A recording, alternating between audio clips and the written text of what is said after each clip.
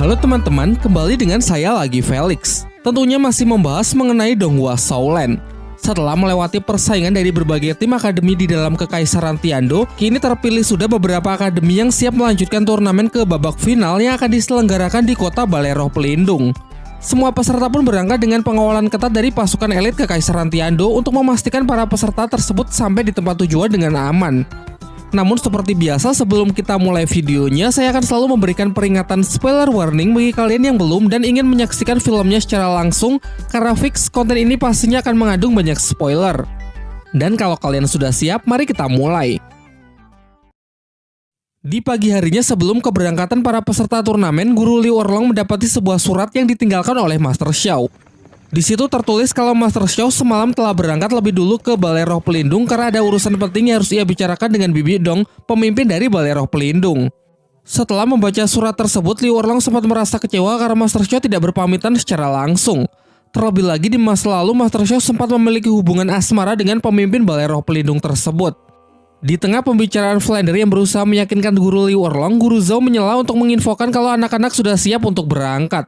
Namun beberapa guru akademi Sri Lanka termasuk Guru Zhao tidak bisa ikut pergi menonton final karena masih harus mengurus akademi. Di tempat lain, setelah kemarin tahu kalau salah seorang peserta ada yang berasal dari Sekte Hao Tian, pemimpin suci memberikan misi kepada dua Master Roh bergelar Douluo dari Balai Roh Pelindung, sebut saja Master Krisan dan Master Hantu, untuk pergi menghabisi Tangshan. Kembali ke tempat Tangshan, timnya beserta beberapa tim dari akademi lain yang terpilih dikumpulkan menjadi satu rombongan besar untuk memulai keberangkatannya menuju Balai Roh Pelindung dengan pengawalan dari pasukan kerajaan Tiando. Di dalam keretanya, Tangshan mengungkapkan kalau menurutnya orang-orang dari akademi yang mereka lawan sejauh ini bukanlah sebuah ancaman. Sedangkan ancaman yang sebenarnya adalah tim dari Balai Roh Pelindung yang akan mereka lawan nanti di final. Sementara itu, Feng Xiaotian meminta izin kepada petugas untuk menemui Huo Wu yang berada di dalam kereta Akademi Jihuo. Feng Xiaotian ternyata ingin meminta maaf kepada Huo Wu karena pertarungannya kemarin sangatlah mengecewakan.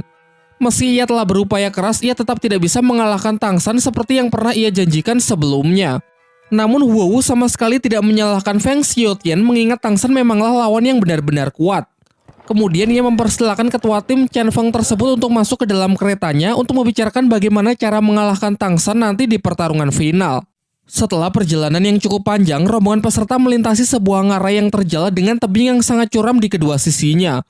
Tempat semakin terasa mengerikan dengan adanya banyak burung gagak dan sisa-sisa mayat prajurit seperti tempat bekas dari sebuah medan perang. Keanehan pun tiba-tiba terjadi. Angin mulai bertiup secara tidak wajar yang disertai dengan daun merah yang berguguran, padahal harusnya tidak ada pepohonan di sekitar sini. Sontak pasukan pun segera merapatkan formasi dan meningkatkan statusnya menjadi siaga, berjaga-jaga untuk menghadapi pertempuran setiap saat. Dan benar saja, tak lama setelah itu reruntuhan bongkahan batu berjatuhan dari atas tebing dan membombardir rombongan mereka, pertanda dimulainya serangan dari musuh. Tentu sebagai pasukan terbaik dari kerajaan Tiando, mereka berusaha menghandle situasi dengan pertahanan terkuatnya dan memastikan semuanya tetap terlindungi. Seketika juga para rombongan Sri Lanka pun turun untuk mencoba membantu. Namun Flander menghentikannya karena ada kemungkinan serangan ini dilakukan oleh musuh dari pihak kerajaan Tiando itu sendiri. Sehingga orang luar tak perlu ikut campur dan lebih baik menyerahkan semuanya kepada pasukan yang bertugas. Alih-alih terlibat dalam pertempuran, menurutnya yang terpenting sekarang adalah fokus melindungi para murid. Sementara itu, para prajurit Kekaisaran Tiando yang menahan serangan musuh nampaknya mulai kewalahan, sehingga Flander memerintahkan semuanya untuk mempersiapkan diri jika memang harus terlibat.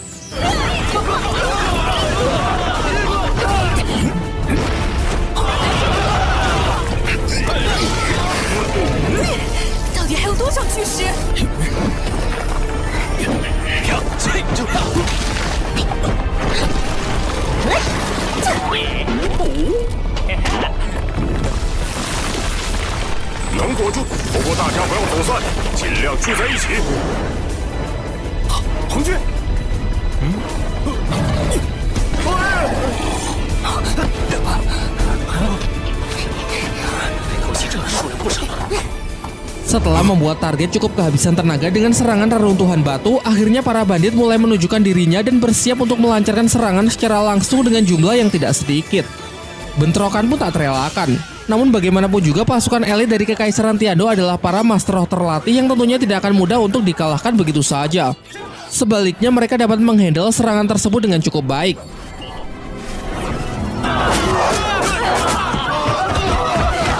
Menanggapi hal itu, para bandit segera merapalkan teknik penyaluran kekuatan roh yang sanggup meluluhlantahkan formasi dari pasukan kekaisaran dan menerobos pertahanan pertama untuk menyerang para peserta turnamen.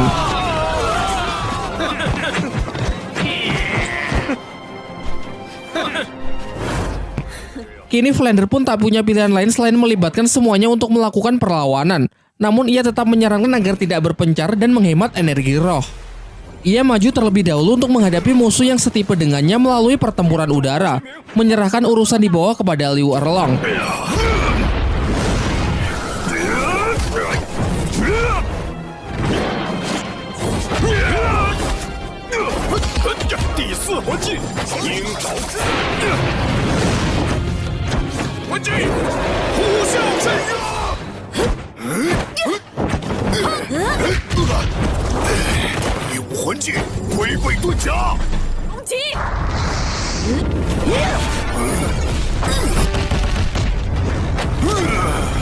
Menjadi keuntungan tersendiri bagi Dai Mumbei dan kawan-kawan karena sebagian musuh tidak mengeluarkan kekuatan roh pelindung karena tetap ingin merahasiakan identitas mereka yang sebenarnya. Mengingat ini adalah medan perang yang sesungguhnya, Tang San pun tanpa ragu menggunakan senjata rahasianya untuk melancarkan serangan yang sangat mematikan.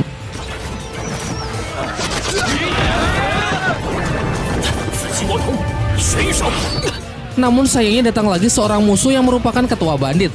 Ialah Mas Roh dengan level yang cukup tinggi, terasa dari aura penuh tekanan yang begitu kuat. Dan benar saja, terlihat dari beberapa cincin roh yang melingkar di tubuh lawan, mungkin ia telah mencapai level lebih dari 80. Guru Xingming disibukkan dengan puluhan Master Roh yang mengejarnya, sehingga Tang San dan kawan-kawan harus menghadapi musuh yang memiliki gelar Dao Luo tersebut. Tanpa membuang-buang waktu, musuh langsung menggunakan skill dari cincin roh ketujuhnya, yakni wujud elang emas yang langsung menunjukkan perbedaan kelas di antara mereka. Situasi menjadi semakin buruk karena di belakang mereka sudah menanti dua Master Roh dengan level 50-an yang siap menyerang kapanpun. Seorang Master Roh bergelar Dao Luo ditambah dua Master Roh level 50. Situasi yang benar-benar buruk. Di sampingnya, Dai Mumbei meyakinkan kawan-kawannya untuk bertempur habis-habisan sekecil apapun peluang yang ia miliki. Flander dan Liu Erlong yang ingin membantu para anak-anak pun tidak bisa berbuat apa-apa karena masing-masing dari mereka sudah disibukkan oleh musuh yang lain. Sehingga tim Sri Lanka harus benar-benar berusaha sendiri. Dari aba-aba Tang San, 3 penyerang utama menggempur musuh dengan masing-masing teknik roh terkuatnya.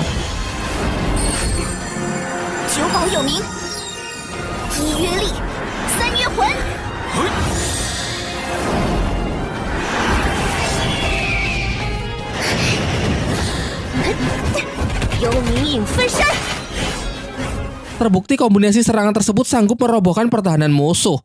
Namun sayangnya perbedaan level yang terlalu jauh memang tidak bisa dipungkiri. Dalam sekejap, ketua bandit melepaskan skill cahaya emas yang mampu melakukan recovery sehingga luka-lukanya bisa segera pulih dan sayap elangnya dipatahkan juga dapat melakukan regenerasi. Giliran Xiao yang mencoba melancarkan serangan. Begitu melihat celah, tanpa ragu ia langsung melepaskan skillnya.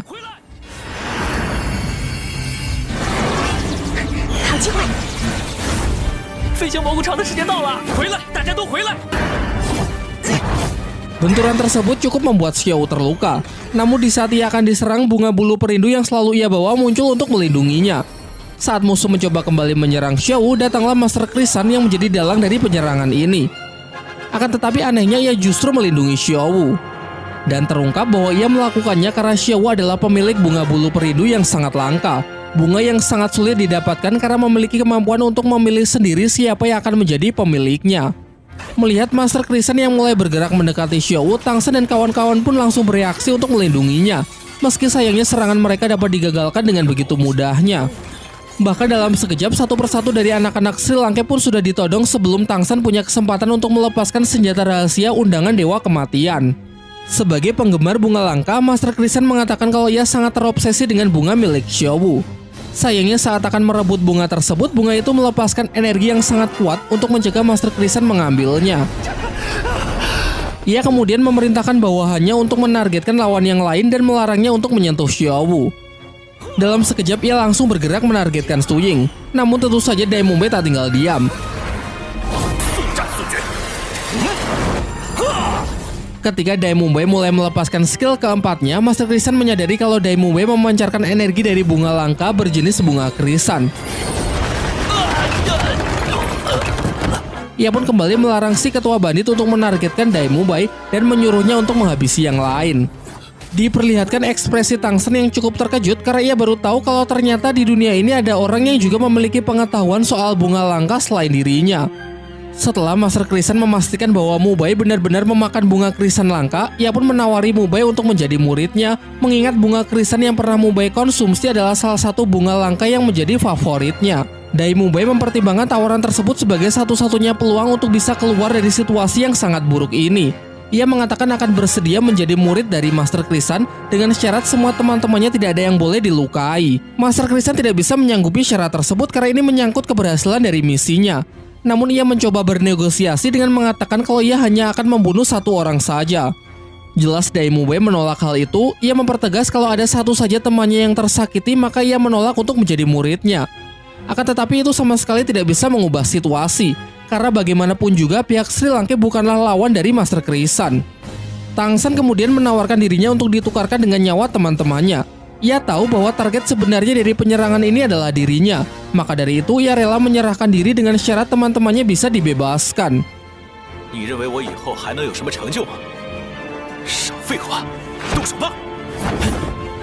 Sayangnya tekad yang kuat tidak disertai dengan kekuatan yang mumpuni untuk bisa melawan Master Krisan.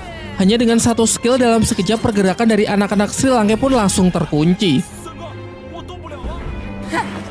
Serangan fatal langsung ia targetkan kepada Tangsen. Masih beruntung Guru Liu Erlong sempat melindungi Tangsen meski membuatnya cukup terluka. Scene kemudian beralih memperlihatkan Master Xiao yang telah tiba di kerajaan Balai Roh Pelindung. Ia diperbolehkan masuk setelah menunjukkan plat pemimpin suci yang dulu ia dapat dari ayah Tangsen. Singkat cerita, ia berhasil menemui Bibi Dong, pemimpin suci dari Balai Roh Pelindung. Master Xiao lalu menceritakan bahwa ia memiliki seorang murid berbakat yang memiliki roh pelindung ganda. Namun seperti yang pernah dijelaskan sebelumnya bahwa dua kekuatan roh pelindung akan saling bertabrakan saat keduanya dimasuki cincin roh. Oleh karena itu tujuan ia datang ke sini adalah ingin menanyakan bagaimana Bibi Dong bisa mengatasi masalah yang ditimbulkan dari kekuatan roh pelindung ganda. Mengingat Bibi Dong ini merupakan pemilik roh pelindung ganda yang sukses mengatasi masalah tersebut. Akan tetapi Bibi Dong tidak lantas menjawabnya begitu saja. Ia justru mencurigai Master Xiao bahwa muridnya tersebut akan dilatih untuk kelak melawan dirinya.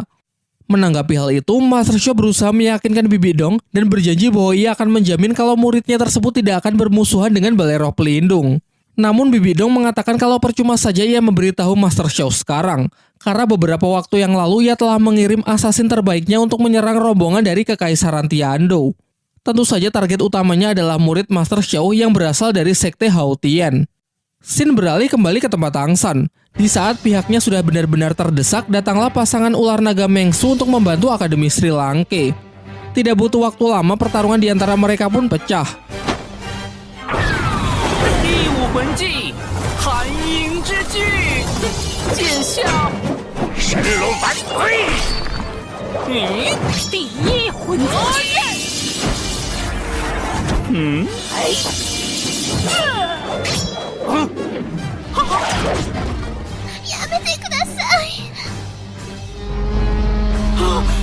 Terlihat kekuatan dari Master Krisan yang memang berada di level yang berbeda.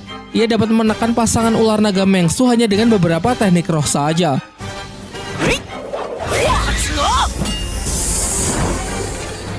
Masih belum menyerah, pasangan ini melakukan teknik penyatuan roh pelindung untuk menghadapi Master Krisan. Tidak hanya tekanan roh yang mengalami peningkatan berkali-kali lipat, racun ular yang menyebar melalui angin berpastir juga melemahkan tanaman sekitar. Harusnya racun ini juga bisa melemahkan pemilik roh pelindung jenis tanaman seperti Master Krisan.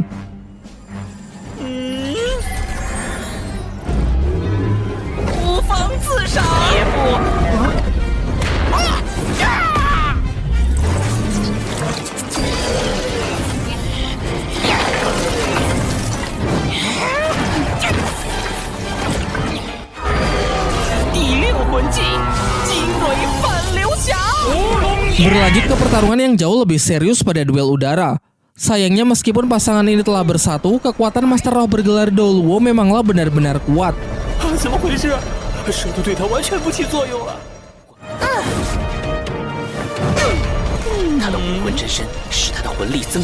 Sampai akhirnya pasangan ular naga Mengsu tak lagi bisa berkutik karena Master Krisan menggunakan cara licik untuk menyandra Meng Yiran. Tang San lalu meminta agar pasangan ini tidak lagi berkorban untuk berusaha melindunginya, mengingat sebenarnya mereka sama sekali tidak terlibat dalam pertempuran ini. Terlebih lagi situasinya sampai membahayakan cucu kesayangannya. Dengan desakan yang melibatkan keselamatan cucu kesayangannya, dengan terpaksa pasangan ular naga Meng Su pun mundur dari pertempuran. Di benaknya Tang San sudah mulai berpikir apakah ia akan mati dan perjalanannya akan selesai sampai di sini. Padahal banyak hal yang masih belum ia capai. Akan tetapi keberuntungan masih berpihak kepadanya. Tak lama setelah kepergian dari pasangan ular naga Meng Su, datang lagi Master Roh yang ingin membantu. Ia adalah kakek Dugu. Dengan alasan bahwa Tang San sudah banyak membantunya dan statusnya yang telah bersedia menjadi bagian dari Akademi Sri Lanka, dengan cara apapun ia akan melindunginya. Sementara itu di Balai Roh Pelindung, Master Xiao sangat terkejut setelah tahu kalau Bibi Dong telah mengirim pembunuh untuk menghabisi Tang San. Kemudian Bibi Dong menjelaskan mengenai informasi yang ia dapat mengenai si Tang San ini. Seorang anak berbakat yang berhasil mencapai level 40 di usia muda. Pemilik roh pelindung ganda, keturunan langsung dari sekte Haotian, memiliki tulang roh dan sangat jenius. Dengan potensi yang begitu luar biasa, Bibi Dong mengatakan kalau anak itu tidak berpihak kepada Balai Roh Pelindung, maka akan lebih baik dibunuh saja. Bibi Dong,你不要太过分了。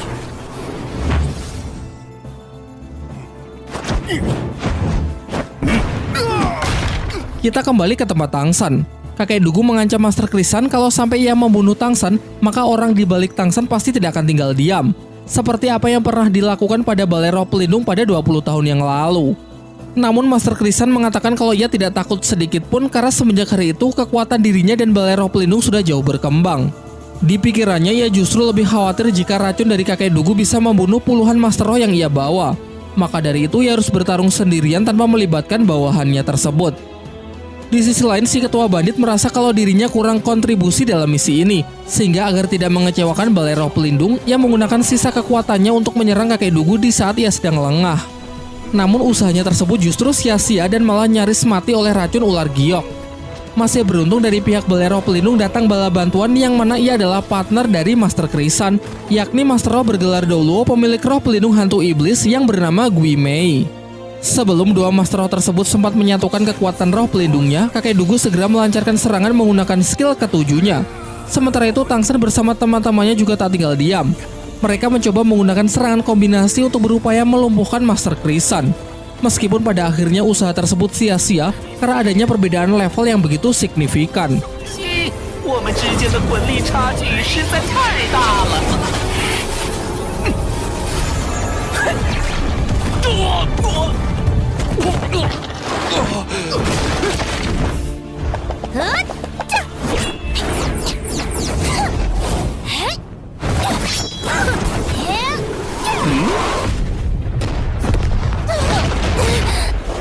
Sampai Master Krisan menggunakan skill ketiganya yaitu tekanan udara ekstrim yang sanggup memadatkan udara membuat pergerakan anak-anak Sri Lanka terkunci dan kesulitan bernafas.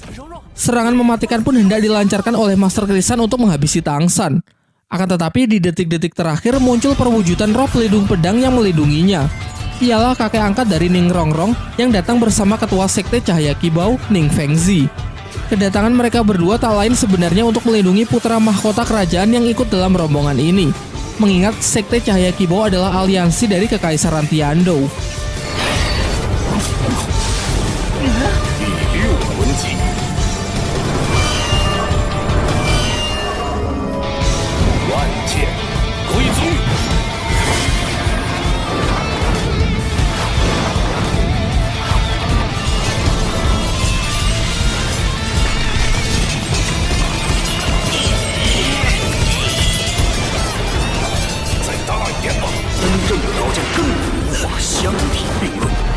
Ketika sudah terdesak oleh Chen Xing yang memang secara level Master Krisan kalah 2 digit, ia berencana melakukan teknik penyatuan roh pelindung dengan partnernya. Namun sebelum persiapan selesai, serangan Chen Xing yang diperkuat dengan skill Cahaya Kibau dapat menggagalkan proses tersebut.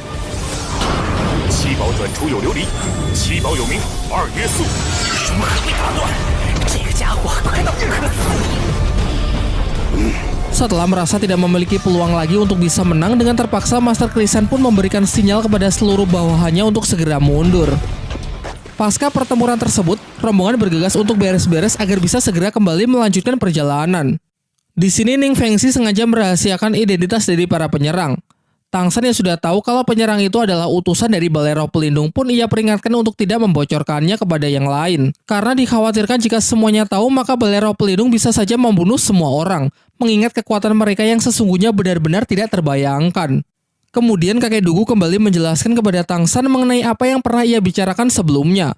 Mengenai kelicikan dari Balai Roh Pelindung yang akan membunuh anak-anak berbakat yang tidak bisa pihak mereka manfaatkan. Maka dari itu, Ning Fengxi menyarankan agar Tang San tidak perlu melanjutkan turnamen dan pergi saja ke Sekte Cahaya Kibo bersama Chen Xin.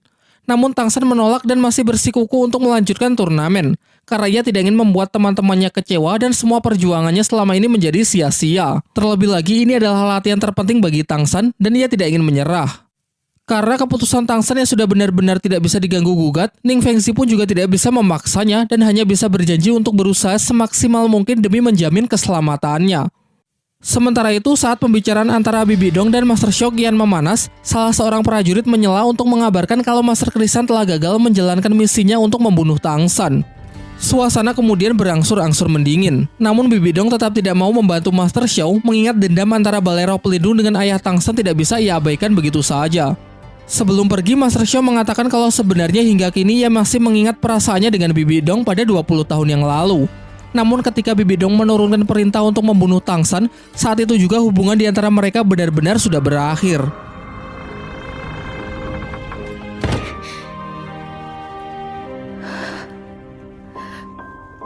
Singkat cerita, rombongan Tang San akhirnya telah tiba di kota Balai Roh Pelindung. Kendati demikian, Pak Kepala Akademi Flander berpesan agar tidak sedikit pun menurunkan kewaspadaannya karena ia mengibaratkan tempat ini sebagai sarang dari harimau. By the way, turnamen babak final akan berlangsung 3 hari lagi. Tang San mengajak teman-temannya untuk lebih mempersiapkan diri agar bisa membuat bangga Master Xiao dan guru-guru yang lain.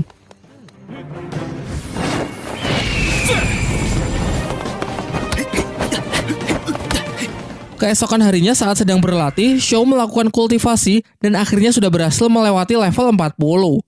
Mengingat masih ada waktu 2 hari sebelum dimulainya babak final, Guru Liu Erlong mengajak Xiao untuk berburu siluman roh guna mendapatkan cincin keempatnya, menyusul ketertinggalannya dengan murid-murid yang lain. Waktu berjalan cepat. Pada sore harinya, Guru Liu Erlong telah kembali bersama Xiao yang telah memperoleh cincin roh keempatnya. Guru Liu Erlong menceritakan bahwa saat memasuki hutan, ia berpisah dengan Xiao. Tentu hal itu membuatnya panik berlarian ke sana kemari untuk mencari murid kesayangannya tersebut. Sampai ia bertemu kembali dengan Xiao yang secara mengejutkan telah memperoleh cincin roh keempatnya. Xiao kemudian menambahkan saat sedang berpisah dengan Guru Liu Erlong, ia bertemu dengan seekor siluman roh yang kebetulan sedang terluka. Kebetulan juga jenis siluman itu cocok dengannya sehingga ia bergegas untuk menyerapnya. Tak lama setelah itu, Master Xiao yang telah lama pergi akhirnya telah kembali. Ia kemudian menjelaskan mengenai aturan yang diberlakukan pada babak final turnamen. Terdapat 33 tim yang akan bertanding, 3 diantaranya adalah tim yang mendapatkan prioritas masuk ke final tanpa melewati babak penyisihan. Tim yang akan saling bertarung akan dipilih secara acak lewat undian.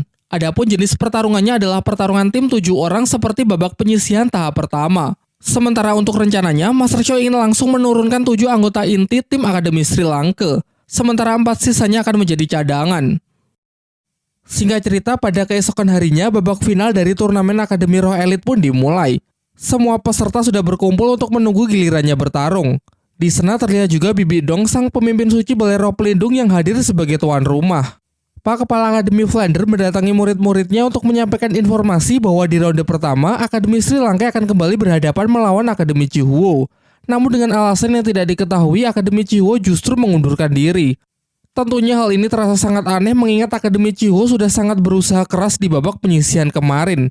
Terlebih lagi, Wu adalah orang yang sangat berambisi untuk mengalahkan Tang San, tetapi mengapa saat mendapatkan kesempatan justru mundur begitu saja? Menyerahnya Akademi Chihuo otomatis membuat Akademi Sri Lanka langsung masuk ke dalam 15 besar.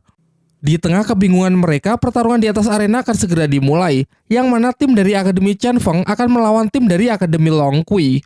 Semuanya pun dibuat sangat terkejut ketika melihat tim Akademi Chen Feng memasuki arena dengan anggota campuran dari Akademi Chihuo, yang mana di sana terdapat Wu Shuang, dan 2 penyerang samping.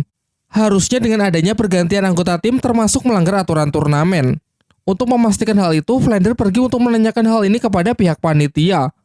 Kita kemudian diperlihatkan scene flashback saat Wu memanggil Feng Xiaotian untuk membicarakan bagaimana cara mengalahkan Akademi Sri Lanka. Menurut Wowu, Tangsen hanya bisa dikalahkan jika kekuatan dari Akademi Chiwo dan Akademi Qianfeng disatukan. Maka dari itu ia akan melobi panitia untuk mengaturnya.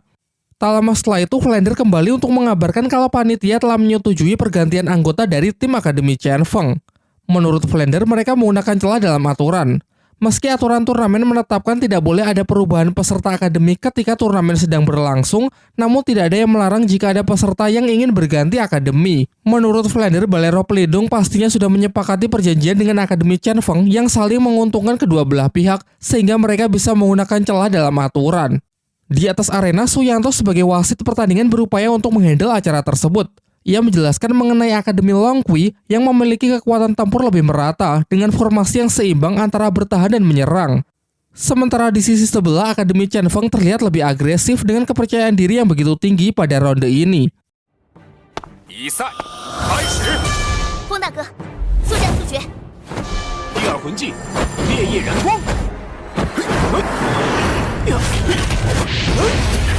好强！ Berencana menyelesaikan pertarungan dengan cepat, Wowu Suang maju dengan pukulan apinya berhadapan dengan Gara yang salah server. 气最香。 躲不开了。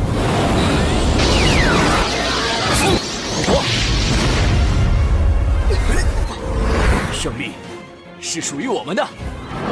疾风双翼，第一魂技，火星如丝。他这是需要这个标识。好狡猾！第三魂技。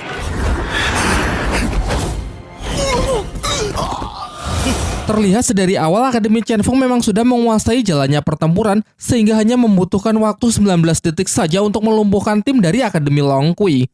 Feng Xiaotian baru hanya menggunakan skill ketiganya. Wu Suang cuma skill kedua, sedangkan Wowu bahkan sama sekali belum mengeluarkan skillnya. Hal ini membuktikan betapa imbanya tim Akademi Qianfeng yang baru ini. Pak Kepala Akademi Flander mengabarkan kalau Akademi Sri Lanka besok akan berhadapan melawan tim dari Akademi Kekaisaran Xingluo, salah satu tim dari 3 tim yang mendapatkan prioritas untuk lolos ke final tanpa melalui babak penyisihan. Su Ying meminta kepada teman-temannya untuk mengerahkan seluruh kekuatannya besok karena bagi ia dan Dai Mubai ini adalah pertarungan antara hidup dan mati. Keesokan harinya, pertarungan final ronde ketiga antara Akademi Sri Lanka melawan Akademi Xingluo pun dimulai. Ternyata ketua dari Akademi Xingluo adalah kakak dari Dai Mubai yang bernama Dai Weishi. Namun Dai Weishi ini bukanlah contoh kakak yang baik karena memiliki sikap yang sangat angkuh dan selalu menindas Dai Mubai.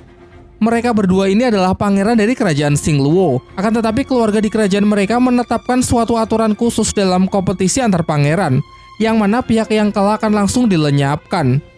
Flashback sedikit ke masa lalu saat Dai Weishi menindas Dai Mubai dan nyaris membunuhnya.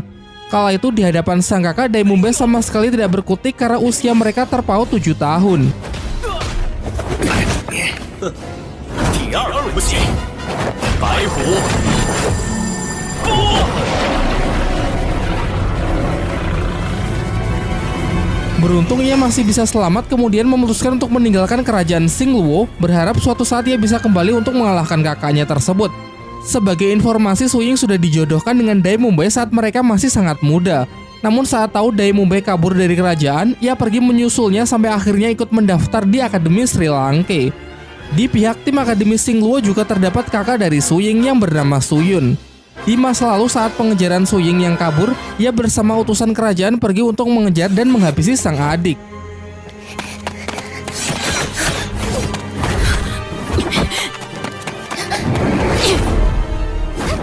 Kala itu perbedaan level yang terlalu jauh membuat Su Ying sama sekali tidak punya kesempatan untuk bisa mengalahkan kakaknya.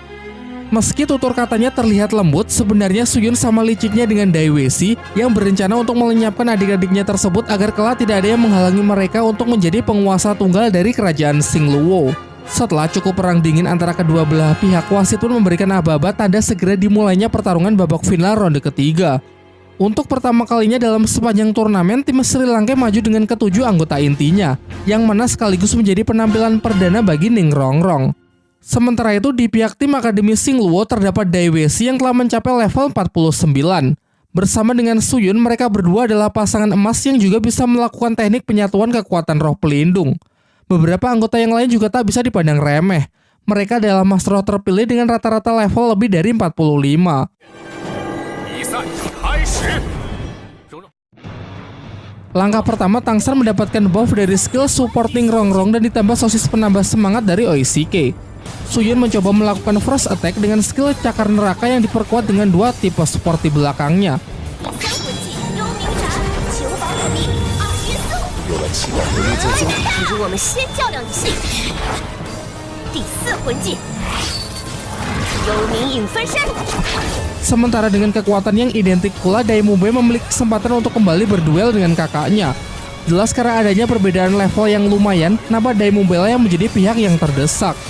Namun sikap sombong dari Daiwesi bisa Mubei manfaatkan dengan baik.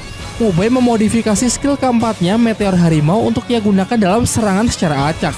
Hasil latihannya selama ini untuk menciptakan teknik buatan pun sukses merepotkan sang kakak. 四重魂技。不错不错，我是小看你了。 Daiwesi kembali bangkit dengan skill ketiganya, yakni Chibaku Tensei yang salah server.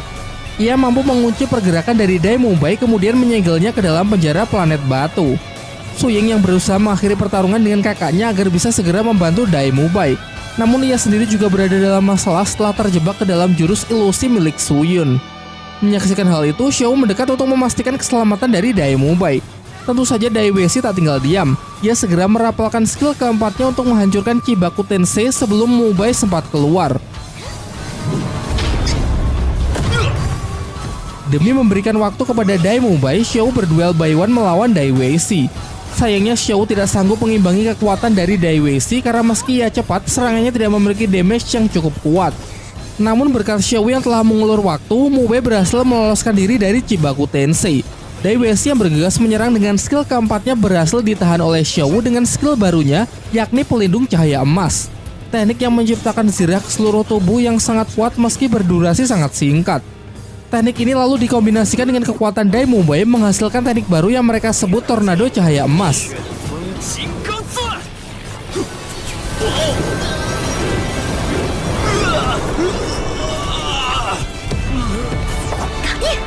Sementara itu, tanpa disangka-sangka Suying juga telah berhasil membalikan keadaan melawan kakaknya. Sadar bahwa mereka telah meremehkan kekuatan dari Akademi Sri Lanka, Daiwesi pun segera mengubah taktiknya yang kini melibatkan seluruh anggota timnya. Dan dari sinilah Tangsan mulai beraksi. Ia melepaskan skill keempat kandang rumput biru perak yang telah ia modifikasi untuk mengacak-ngacak formasi dari tim Akademi Sing Luo. Sama sekali tidak ada yang menyangka kalau rumput biru perak saja bisa sekuat ini. Saat pihaknya sudah semakin terdesak, salah seorang tim dari Akademi Sing Luo menggunakan skill cermin pelarian untuk membawa Daiwesi keluar dari perangkap Tangsan. Skill ini memungkinkan penggunanya untuk membengkokkan ruang dan waktu dalam sebuah radius, membuka gerbang dimensi untuk menghilang dan muncul kembali di tempat yang sudah ditandai sebelumnya. Namun hanya Daiwesi yang sempat ia selamatkan, sementara beberapa sisanya masih kesulitan untuk meloloskan diri. Hal ini karena rumput biru perak milik Tangsan memiliki efek mengekang pergerakan musuh saat Tangsan mengalirinya dengan kekuatan roh.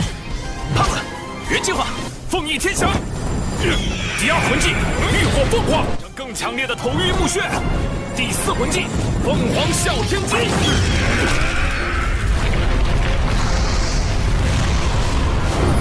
求保有名，一月令。该我了。白虎流星雨。我们再乱击。 Ketika Mang Hojun akan menjatuhkan para anggota tim Akademi Sing Luo yang sudah tidak berdaya, tiba-tiba Daiwesi muncul dari belakang melalui cermin dimensi dan langsung menyerang Mang Hojun. Pukulannya tersebut ternyata bukanlah kekuatan fisik, melainkan skill Daiwesi yang memiliki efek serangan psikis yang membuat Mang Hojun langsung tidak sadarkan diri. Dalam sekejap beberapa cermin dimensi mengepung tim Sri Lanka dengan pergerakan acak yang sangat sulit untuk diperkirakan. Menggunakan kemampuan mata iblis ungunya, Tangsan secara akurat dapat memprediksi dari mana arah gerakan dari Daiwesi. Namun ia terlambat karena ternyata musuh menargetkan para tipe support.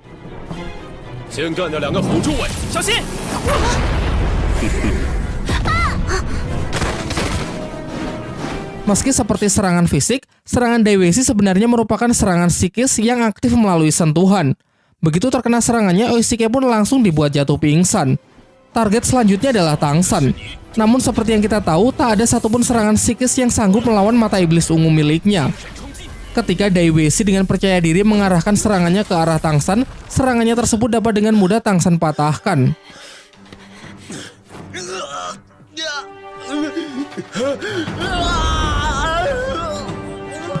Untuk mengalahkan Dai Weishi, Mu Bei bersama Su Ying meminta kepada Tang San agar mereka berdua lah yang akan menyelesaikannya.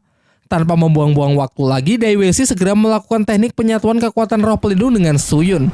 Secepat kilat mereka langsung menyerang Dai Mu Bei. Namun target mereka sebenarnya adalah Tang San.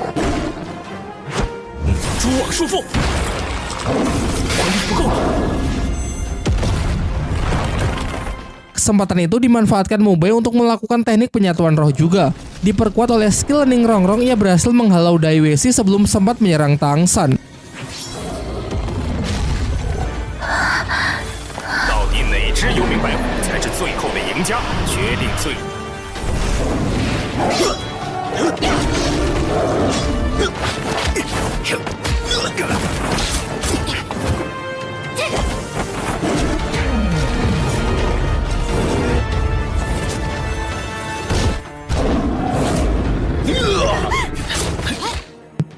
Dai Weishi bersama Su Yun berhasil unggul dalam duel antara teknik penyatuan roh tersebut karena jelas mereka memiliki beberapa level yang lebih tinggi.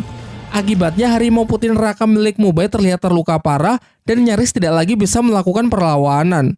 Akan tetapi berkat tekadnya yang begitu kuat serta hubungannya dengan Su Ying yang juga semakin erat, wujud dari gabungan kekuatan roh mereka mengalami mutasi.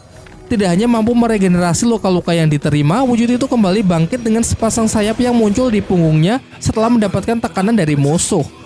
Keadaan pun seketika berbalik. Kekuatan dari penyatuan roh Dai Weishi nampak mulai kesulitan untuk mengimbangi penyatuan roh milik Dai Mu Bei yang telah mengalami mutasi. Kecepatan dari terjangan harimau putih neraka ditambah keunggulan dari sayapnya membuat kemenangan kini telah berpihak kepada Dai Mu Bei.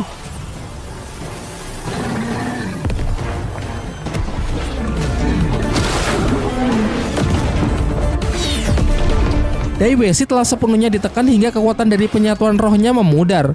Namun Mu Bei dan Su Ying masih menunjukkan belas kasihannya dengan menghentikan serangan terakhir yang mungkin bisa membuat lawannya mengalami kecacatan.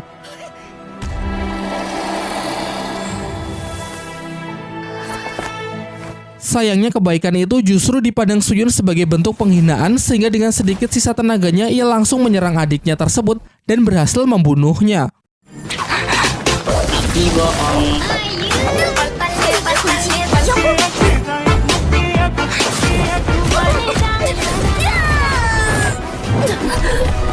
Sampai pada akhirnya pihak Akademi Xing Luo mengaku kalah setelah ketua dan wakil ketuanya dihajar habis-habisan oleh Xiao Wu.